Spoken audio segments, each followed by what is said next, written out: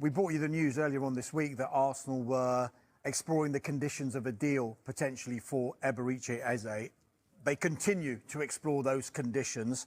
He is now emerging, we think, as a big target for Arsenal in this transfer window, and we think that's independent of any of their other potential recruitment in the forward areas, be it a striker or a winger or a number 10. Now, I'm also told today that Eberechi Eze would be open to a move to Arsenal. He's an ambitious footballer. He wants to play Champions League football. He's obviously an England international as well. We do know that Tottenham Hotspur have also been interested in Eze during this transfer window, but we think now that they are focusing on other targets for now. Right.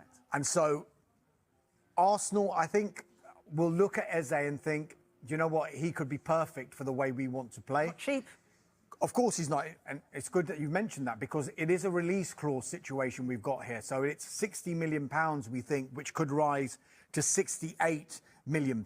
Now, it's easy for a club just to say, yes, we'll meet that release clause. And the selling club, in inverted commas, can't do much about that. But sometimes, even with a release clause, you can have a situation where a club wants to negotiate on that release clause, in which case, in this case, if Arsenal were to do that, they would have to approach Crystal Palace and say, I know the release clause is this much, but we would like to pay this much, and this is how we'd like to pay it. And that's not necessarily to pay less than the release clause, because the 16 plus 8 is something that would almost be guaranteed to Crystal Palace. Right. Whereas if Arsenal went in and said, actually, we'd be willing to pay 70 to 75 for argument's sake, and people would say, why would you want to pay more than the release clause? It could be in exchange for favourable payment terms. So it could be the case that the release clause, you need to pay in 3 instalments, for example. But if Arsenal say to Crystal Palace, well, actually, we want to pay you a bit more, but we'll do it in 4 instalments, because we know that everyone is looking at their financial fair play and their profit and sustainability rules, and they are done on a 3-year rolling basis. So, look, Arsenal might say, yes, here is the release clause money, we're willing to pay it. Let's discuss this with Eberechi Eze and sort out the personal terms. We're quite a long way from that, admittedly, but it's clear that Eberechi Eze is definitely a player of interest for Arsenal. So many details to iron out before the deal actually goes on, isn't it? OK, we mentioned Chelsea's business just a moment ago, but one of their forwards is actually interesting Arsenal, Mark.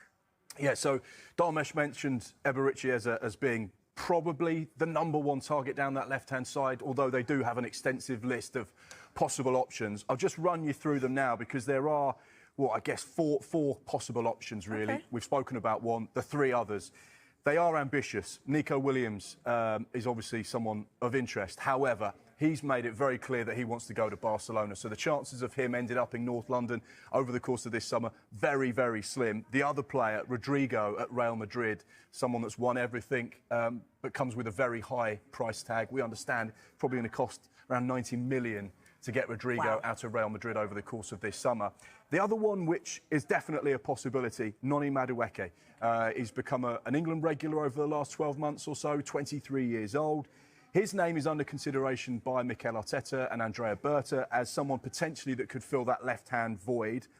He's the type of player that is versatile, which Mikel Arteta likes, and he can stretch defences as well. He's almost like a Bukayo Saka, but on the left-hand side, and he can just get into those pockets of space and drive with the ball and really take Arsenal up the pitch. Now, Chelsea don't want to sell, and they don't need to sell, but as Dharmesh mentioned at the top of the show, when Chelsea go and sign people like João Pedro, Liam Delap, and there's rumours about others, does that mean that they're just getting those players in first so they can start to allow a few out the back door later on? Generally, that's how an organised and structured club would work. They'd get their business done early, get the players in that they want, and then they'd go and try and explore the options to sell players. But Noni Madueke, definitely a player on Arsenal's radar and definitely one to keep an eye on. Okay. I know Mark's mentioned all of these attacking players, and the one position that Arsenal will desperately want to fill. What is it? Because I'm not sure what it is. Of course, it is the striker, the number 9. The fans have been calling out for it for the last 2 or 3 transfer windows.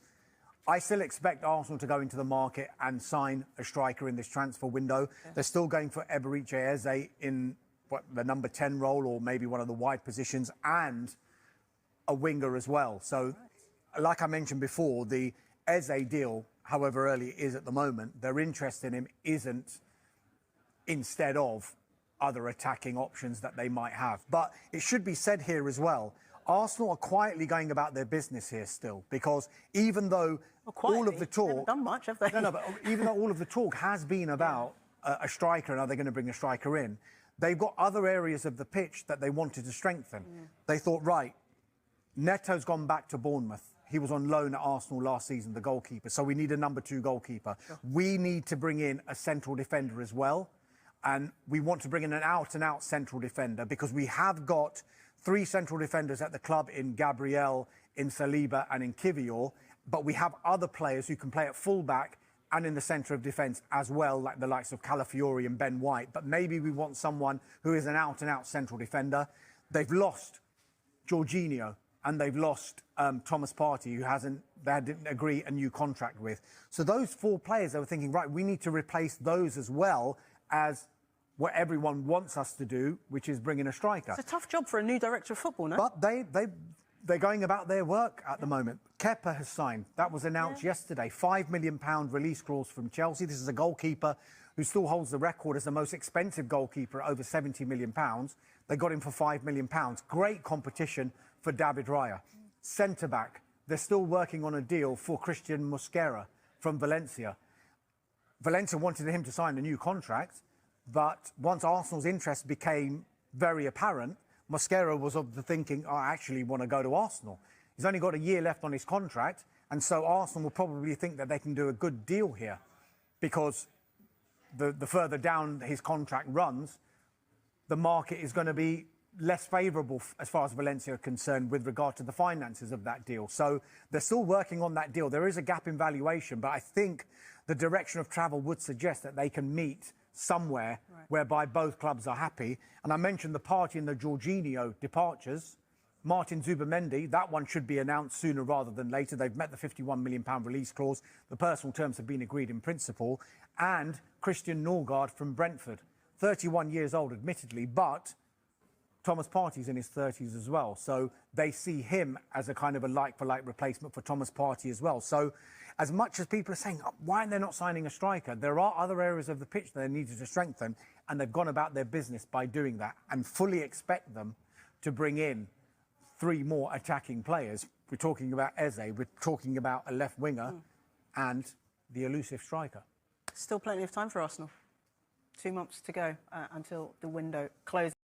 Eze is keen on the move and would welcome the step up, with Champions League football and Arteta's tactical setup seen as major draws.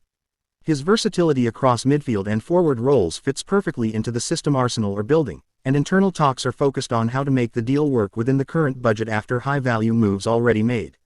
While the Gyökeres agreement with Sporting CP is in place and Zubimendi's announcement is imminent, attention inside the club has shifted toward unlocking the Eze situation. Crystal Palace are holding firm on their valuation, believed to be around £60 million, but Arsenal remain confident that an agreement can be reached in the coming days.